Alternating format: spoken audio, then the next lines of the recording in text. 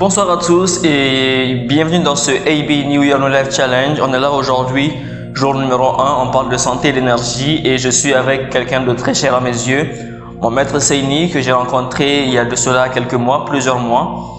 Et depuis que je l'ai connu, on a commencé à échanger sur des choses spirituelles, sur des choses émotionnelles. Et rapidement, j'ai compris que c'était quelqu'un de très ouvert, de très savant et qu'on aurait à travailler ensemble par la suite. On est là donc pour la première interview, la première soirée du AB New Year New Life Challenge avec Maître Seini pour parler de santé et d'énergie. Si vous êtes prêts, c'est parti. Maître, bonsoir. Bonsoir, Coach Barry. Comment allez-vous aujourd'hui? Je vais parfaitement bien. Déjà, bonne année. Merci, à vous de même. Merci beaucoup. Je suis très content qu'on soit aujourd'hui, un 3 janvier, dans notre bureau pour parler de santé et d'énergie dans ce AB New Year New Life Challenge. Et je rappelle qu'il est très important pour chaque personne qui veut s'épanouir d'apprendre à avoir une bonne santé et apprendre à avoir une bonne énergie. Absolument. Je pense que vous êtes la meilleure personne pour nous dire cela. Et c'est même pour ça qu'on a tenu à ce que vous soyez là aujourd'hui avec l'équipe pour nous parler de santé et d'énergie, répondre à nos questions, afin d'aider les gens qui sont dans ce challenge-là et tous ceux qui suivront l'interview après à mieux prendre en considération tout ce que vous avez dit aujourd'hui pour avoir une bonne santé et une bonne énergie. Encore une fois, merci beaucoup, maître. Et si vous êtes prêts, on va commencer par la première question. Oui, je suis à votre disposition. Magnifique. Et j'aimerais savoir, en ce qui vous concerne, en des termes simples, comment est-ce que vous définissez le mot santé? Volontiers, merci infiniment, Coach Barry. La santé est tout sauf l'absence de maladie, comme pourrait le penser la plupart des personnes. La santé, d'abord, c'est avoir une bonne alimentation. À savoir, est-ce que l'alimentation au quotidien est équilibrée ou pas? Ça, c'est le premier aspect. Deuxième aspect, il faudrait parler d'énergie. Là, je fais allusion aux activités physiques et à la qualité du sommeil. Okay. Et en troisième position, il y a ce que j'appelle la qualité de vie. Qualité de vie. Oui. Et parlant de qualité de vie, là, je fais surtout allusion aux émotions.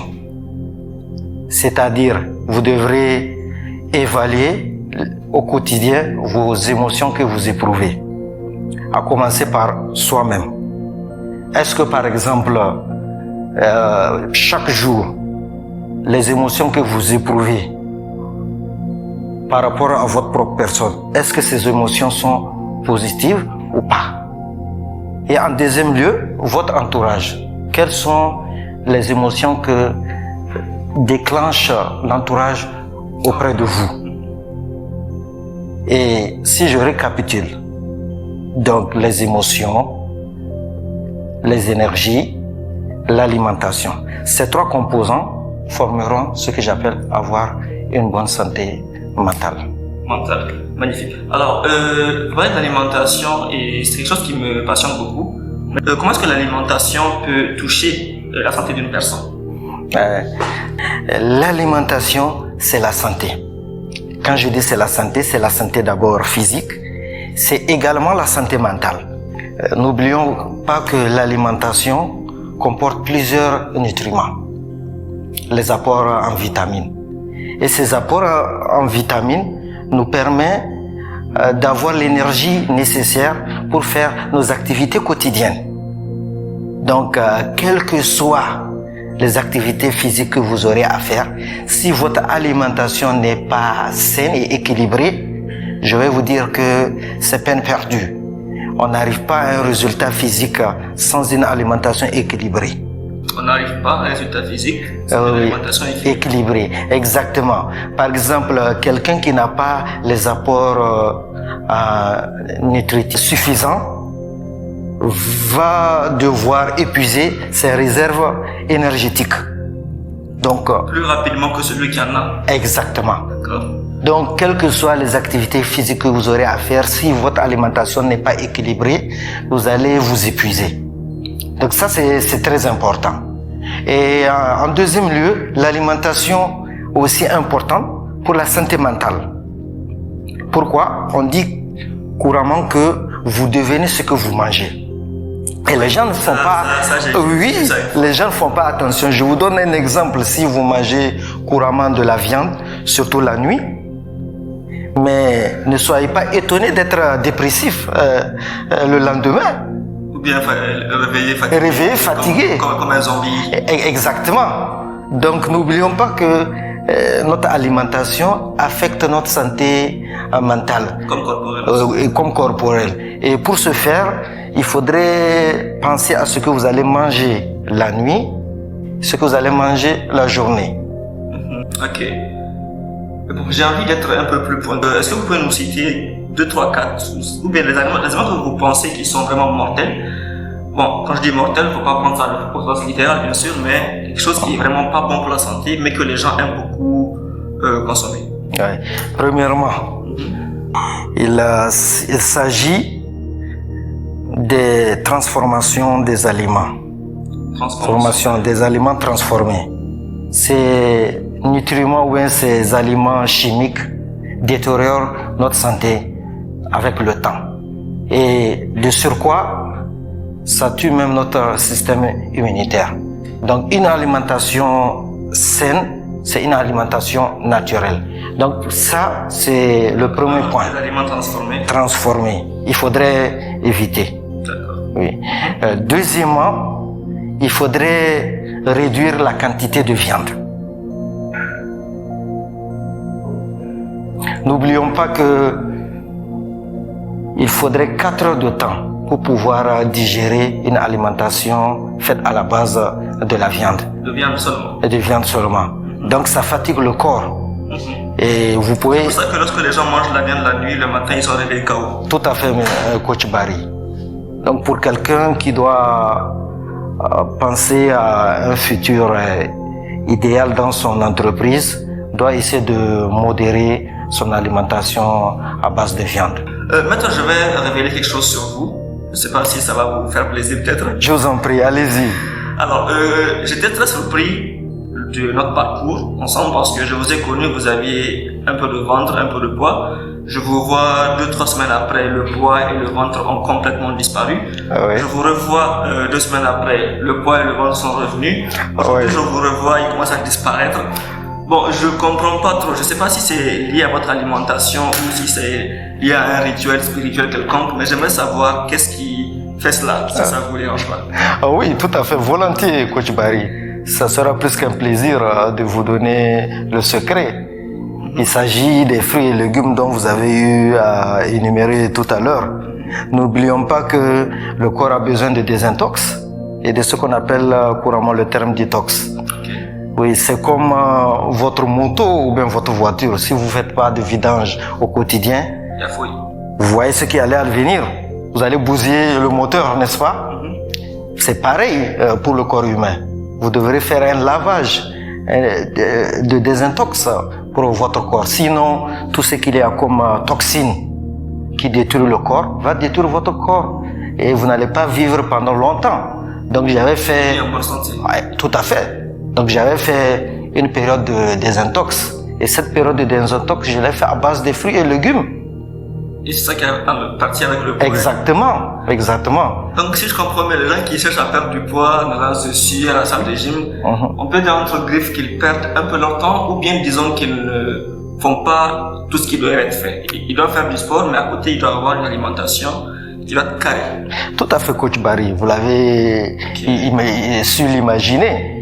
Si vous commencez à faire des activités physiques pendant longtemps et que à côté il n'y a pas une alimentation qui peut supporter, vous allez fatiguer le corps. Et il n'y aura pas de résultat. Il n'y aura pas de résultat. C'est pour ça que souvent les gens font 2-3 mois, non, je suis en train de faire du sport, je perds du poids, mais à la fin il n'y a pas, c'est pas rapide.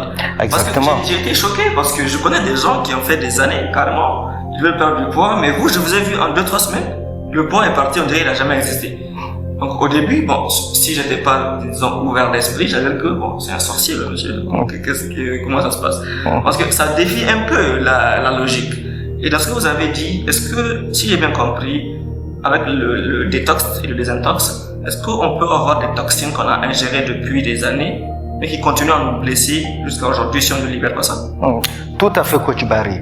Vous pouvez imaginer depuis notre enfance jusqu'à de nos jours, ce qu'on mange, on a eu à emmagasiner tellement d'aliments et on croit que ces aliments sont évacués par les selles. C'est faux, parce que c'est une partie qui reste. Et vous devrez adopter un régime de désintox pour pouvoir éliminer ces toxicités du corps. Sinon, vous allez complètement détruire votre organisme.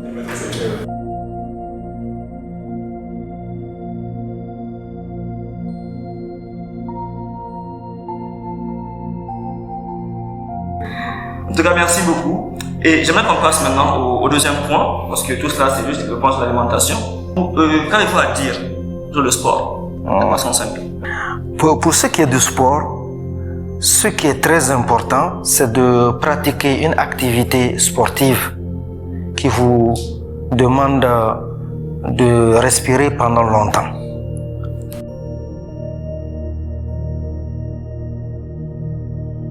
La course, donc.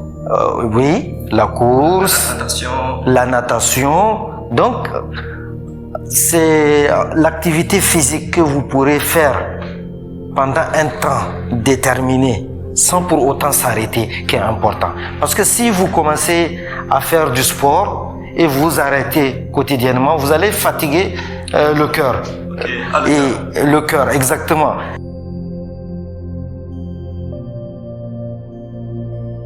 C'est très recommandé de le faire le matin. Tôt le matin. D'abord, il faudrait noter qu'une fois le réveil effectué, il est important de prendre au moins un verre d'eau. Parce que le corps est déshydraté. Qui dit déshydratation dit fatigue. Donc, c'est important de boire un verre d'eau, hydrater le corps. Et comme le corps est épuisé par le sommeil et déshydraté, vous avez besoin d'activer les muscles et d'activer le corps. Et pour ce faire, il faudrait faire du sport. Donc, il est important de faire du sport le matin.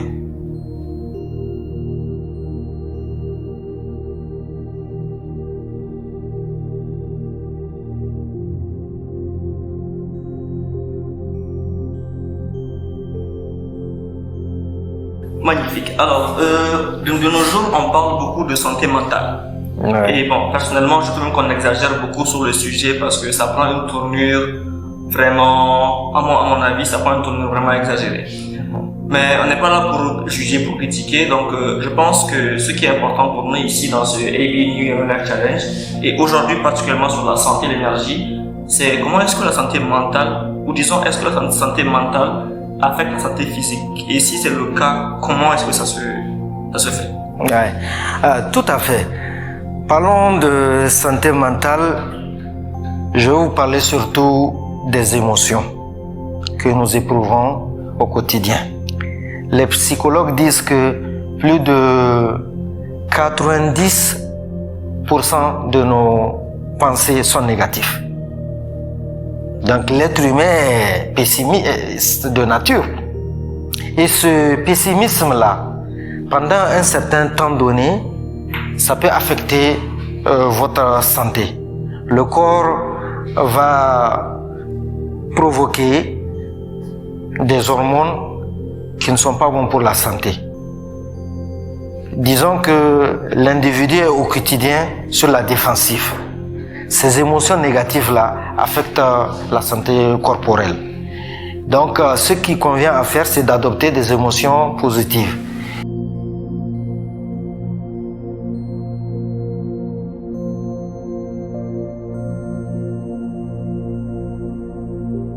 Et une fois que vous avez des émotions positives, vous vous sentez heureux, ça affecte de façon positive votre santé, vos cellules, et votre guérison naturelle sera au quotidien. Alors, pour ceux qui ont du mal à gérer leurs émotions, venez chez nous, on sait comment faire. Mais quand même, je pense que c'est un point important parce que j'ai lu quelque chose qui disait que tout est énergie. Les émotions sont énergie, la santé c'est de l'énergie, ce qu'on mange c'est énergie, tout ce qu'on fait c'est énergie. Et quelqu'un, disons, j'ai lu dans un livre et je l'ai entendu de Joe Dispenza, je pense. Il dit que lorsque tu ressens une émotion pendant un certain temps, elle va dans ton ADN et ça devient une part de toi. Et ça va se manifester sur ton corps, que ce soit par un malaise ou par une maladie quelconque. Donc, par exemple, quelqu'un qui est tout le temps énervé, ou tout le temps triste, ou tout le temps déprimé, comment est-ce que ça peut se, disons, manifester sur son corps? Comment est-ce que cette émotion qu'il ressent presque tout le temps va l'amener à se voir de son corps, en fait? Comment est-ce que ça peut se faire? Tout à fait. D'abord, ce qu'il faudrait souligner, nous avons parlé de l'apport en oxygène pour le cerveau. Ce qu'il faut souligner, quand vous êtes triste ou bien vous êtes nerveux, vous respirez d'abord mal. Tout le genre. Voilà, vous ne respirez pas bien. Ça, donc, vous avez moins d'oxygène pour le cerveau, n'est-ce pas? Et notre cerveau aussi a besoin de ce qu'on appelle la dopamine, la sérotonine. Tout ça sont importants pour la gaieté de notre humeur. Il faut avoir de bonnes humeurs. Et c'est pour ça que prendre des drogues illicites ne servent pas. Certaines personnes fument des hashish croyant que ça va leur donner le bonheur. Alors que nous avons le hashish naturel. C'est quoi le hashish naturel? C'est les dopamines, les sérotonines. Donc, exactement. L'essentiel, il faut être de bonne humeur. Donc vous voyez que si par contre nous sommes négatifs, pessimistes, nous sommes tristes, on sécrète des substances qui détruisent notre corps. Comme le cortisol, par exemple. Le cortisol, par exemple. Quand vous êtes devant un lion, là, votre cerveau est sur le mode défensif. Mode fuite même, je pense. Oui, tout à fait. Donc, c'est pareil, hein? Même si vous êtes devant un individu qui vous rend nerveux, qui vous agresse. Il a surtout le même effet que le lion. Tout à fait, exactement. Et ça va vous parler d'entourage. Si on fréquente des gens qui ont une maladie facile, ça peut créer des émotions et ces émotions affectent la respiration, comme vous avez dit, et la respiration affecte le cerveau qui affecte la santé. Tout à fait. Donc ça fait une bonne suite logique quand même, ça fait une très bonne suite logique. Et ça m'amène à vous poser la question suivante. J'ai lu que les Chinois disent que celui qui rit 3 fois par jour n'a aucun besoin de médicaments. Comment est-ce que vous expliquez ça? Oui. Donc, ce que je dirais quand vous riez, les muscles faciaux qui vont être déclenchés, tout ce processus musculaire détend le cerveau. Vous voyez, ça détend le cerveau. Donc, de surcroît, quand vous riez, c'est comme si vous faites, entre guillemets, des activités physiques. Oui, exactement. Donc, c'est un indice que ça prolonge le cerveau et la vie pendant 3 secondes. Le fait de rire. Riez beaucoup, pour rien, il faut rire. Parce qu'en fait, dans notre culture de civiliser des gens adultes responsables, quand quelqu'un rit beaucoup, on a tendance à dire que c'est un enfant ou bien il n'est pas responsable. Alors je pense que ça vient vraiment mettre un vrai coup de pied à cette croyance limitative qui tend à dire que bon, trop rire ce n'est pas bon. Et je pense qu'avec ce que vous dites, que le fait de rire c'est du sport, ben dans ce cas, les gens qui ont la flemme de faire du sport, faites du sport quand même, mais au mieux ou au moins, si je peux dire comme ça, passez votre temps à rire.